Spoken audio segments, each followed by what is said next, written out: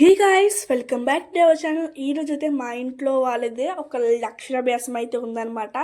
ఎవరిది అనేది కిందకి రండి చూపిస్తాను. అంటే కింద పంతులుగా చదువుతున్నారు అనమాట. అందుకే సో వీళ్ళైతే మక్కా బాబా వాళ్ళ కొడుకు వీడనమాట. వాక్మిన్ దేవోదయ వీడి పేరు.